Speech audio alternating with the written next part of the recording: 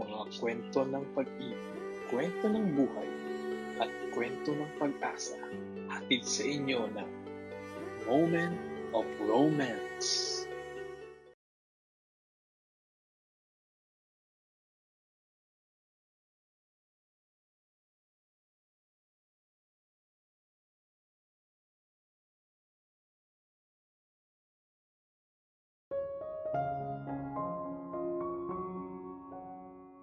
Ang hirap magmahal kapag hindi ka sigurado. Lalong-lalo na kung ginagawa mo lang laro ang pagmamahal.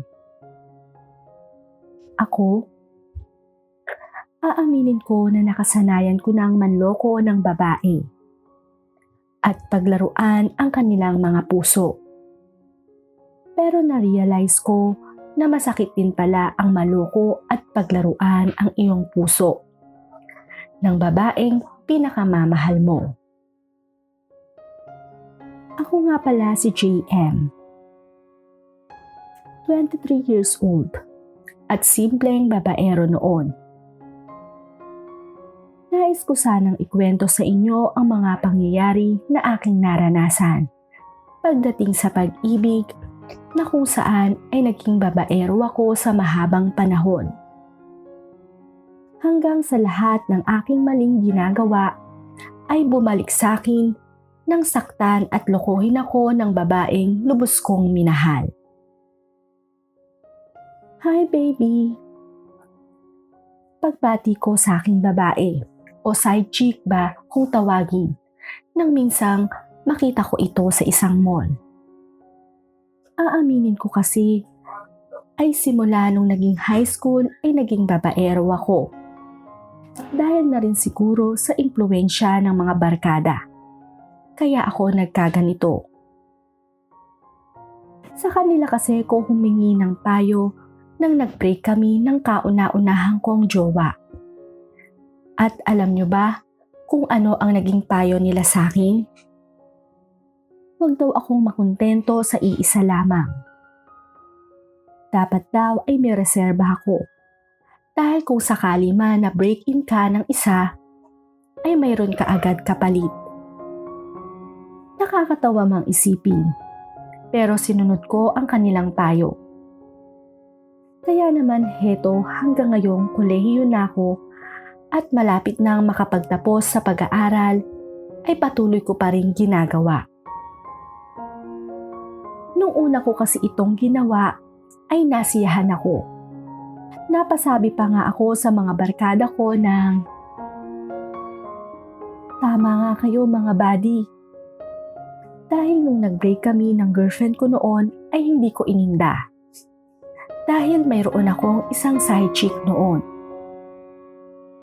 Ang kapal ng mukha mo tawagin akong baby? Akala ko ba ako lang? Sino yung kasama mong babae kanina sa plaza? Galit na sabi ng side chick kong ito. Wala yon. Kaibigan ko lang yon. Pagdadahilan ko dito. Pero mukhang hindi bumenta. Dahil malakas ako nitong sinampal at sinabing, "Break na tayo." Sabay takbo papalayo. Aray, nasampal pa ako dun ah. Habang hinihimas ang pisngi kong kanyang sinampal. Di makipag-break ka. Kala mo hahabol-habulin kita. Asa ka. Wala akong siniseryosong babae ngayon. Wika ko pa sa aking sarili habang nagdadial ng number sa phone. Hello love, ba't napatawag ka? Wika sa akin ng isa ko na namang babae nang tawagan ko siya sa kanyang number. Hi love, pwede ba akong pumunta dyan? Malambing kong sabi sa kanya. Di ba nga sabi ko sa'yo, hindi pa tayo legal kila mama? Sagot nito. Ayan na naman tayo sa di legal na yan eh. Abay dati mo pa sinasabi yan, puro ka na lang ata dahilan eh. Naiinis kong sabi dito. Hindi naman sa ganon, love. Kasi ayaw ta. Bahala ka na nga sa buhay mo. Pagputol ko sa kanyang sinasabi, sabay off ng tawag. Nakakainis talaga to. Binabadtrip ako ng mga to. Pagrereklamo ko. Kaya naman, umuwi na lang muna ako upang magpalamig ng ulo. Nagdaan pa ang ilang araw at unti-unti na nga kaming nagkakalabuan ng mga side chick ko. At dumating pa nga sa punto na wala na akong makafling. Kaya naman kaagad akong nagtungo sa bar. Hindi para uminom, kundi para humanap lang ng babae. At dito ko nga natagpuan ang babaeng inibig ko ng lubos. Siya si Laika. Maputi, matangos ang ilong, at syempre, pang Miss Universe ang kanyang kagandahan. Pagpasok ko pa lang kasi ng bar ay bumungad na agad sa akin ang babaeng mag-isang umiinom sa isang table. Kaya naman, naglakas loob ako na lapitan ito at kausapin. Dahil sa totoo lang ay napukaw ang buo kong atensyon sa kanyang kagandahan. Nang lapitan ko ito ay kaagad naman ako nitong minitian. Dito ay mabilis akong nagpakilala sa kanya. Hi JM, I'm Laika. Nice to meet you. Have a seat. Wika nito sa akin. What do you want? Pagtatanong niya sa akin. Kaya matapang kong sinabi na, you, sabay kagat sa aking labi. Napangisi naman ito at napabulong ng, my type of a man. You want to come in my apartment? Biglaan kong tanong sa kanya. You are in a hurry.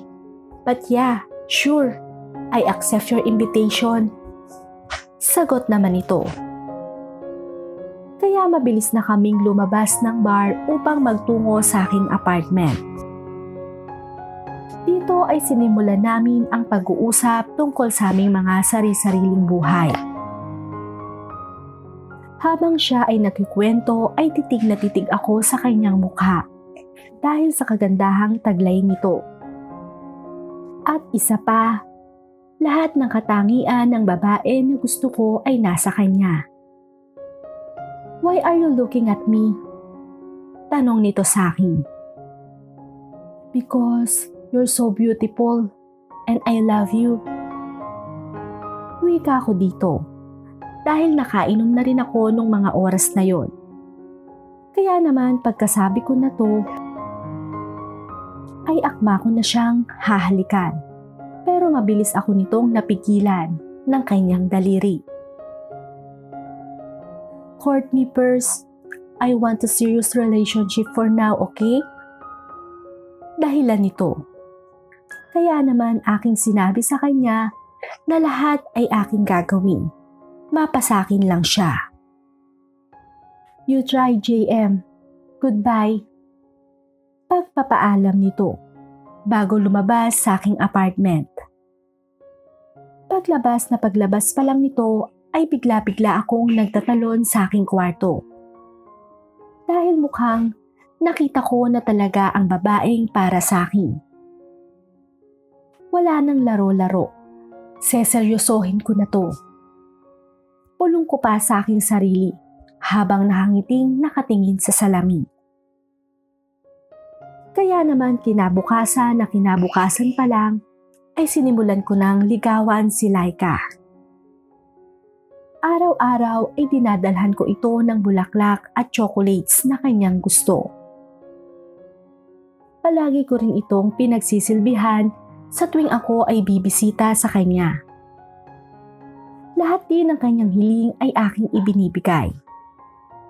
Sa totoo lang, lahat talaga ay aking ginawa para lang mapasagot siya.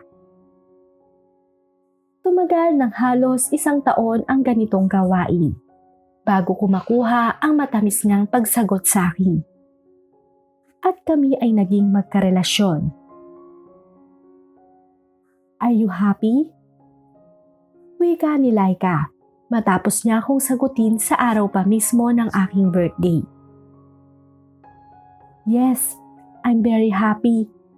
You made my birthday even more special. Pagsagot ko naman sa kanya at sabay yakap ng mahigpit. Simula nang sagutin niya ako ay nagbagong buhay na rin ako. Ang ginagawa kong paghahanap ng mga side chick noon ay hindi ko na ginagawa ngayon. Tanging kay Laika lang nakalaan ang buong oras at atensyon ko. Dahil nga sa ito ay mahal na mahal ko na. At gusto ko nang makasama hanggang sa pagtanda. Naging maayos naman ang unang 5 buwan naming pagiging magkarelasyon. Kung paminsan-minsan nga ay pinagbibigyan na ako na to sa aking mga kahilingan. At aaminin ko na naging seryoso ang relasyon namin. Hanggang sa dumating na sa puntong puro hiling na lang ang kanyang ginagawa. JM, I want new jewelry. Wika nito sa akin habang kami ay naglalakad sa mall. I bought one last week, right? Pagsasabi ko sa kanya. But I want another one again. Pamimilit pa nito. I'm sorry. I have no extra money, Laika, right now. Sagot ko dito. Pero kaagad itong huminto at sinabing, jewelry or break? Pananakot nito. Kaya naman, wala akong nagawa kundi bilhan ito ulit ng bago. Lumipas pa ang mga buwan at naging ganun na nga ang takbo ng aming relasyon. Pabili dito, pabili doon. Hingi dito, hingi doon. At kapag tumanggi ka, ay mamba-blackmail naman ito. Halos 100,000 na nga ang nauubos ko kay Laika, kahit na hindi pa kami umaabot ng 1 taon. Kaya nga kung paminsan-minsan ay may nabubuo na akong tanong sa isipan na baka pineperahan lang ako nito. Pero kaagad ko lang din itong binubura sa isipan ko. Dahil nga sa mahal ko talaga ang babaeng ito. Pero ang tanong, mahal nga ba niya ako talaga? Ito ay nagkaroon ng kasagutan nung bumalik ako sa bar kung saan ko nakilala si Laika.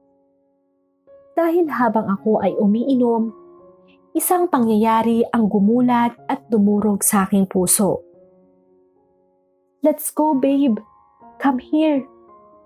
Wait, babe. I'm coming. Dinig kong usapan ng 2 magjowa sa aking likuran. Ngunit tila ba, kinuha nito ang atensyon ko. Kundi dahil ang boses ng babae ay pamilyar sa aking pandinig. Kaya naman dahan-dahan akong lumingon upang pagmasdan ang 2 yon. At sa aking paglingon ay nakita ko si Laika na nakasandal sa balikat ng lalaki habang umiinom ng alak. Masyado akong nabigla sa pangyayaring ito.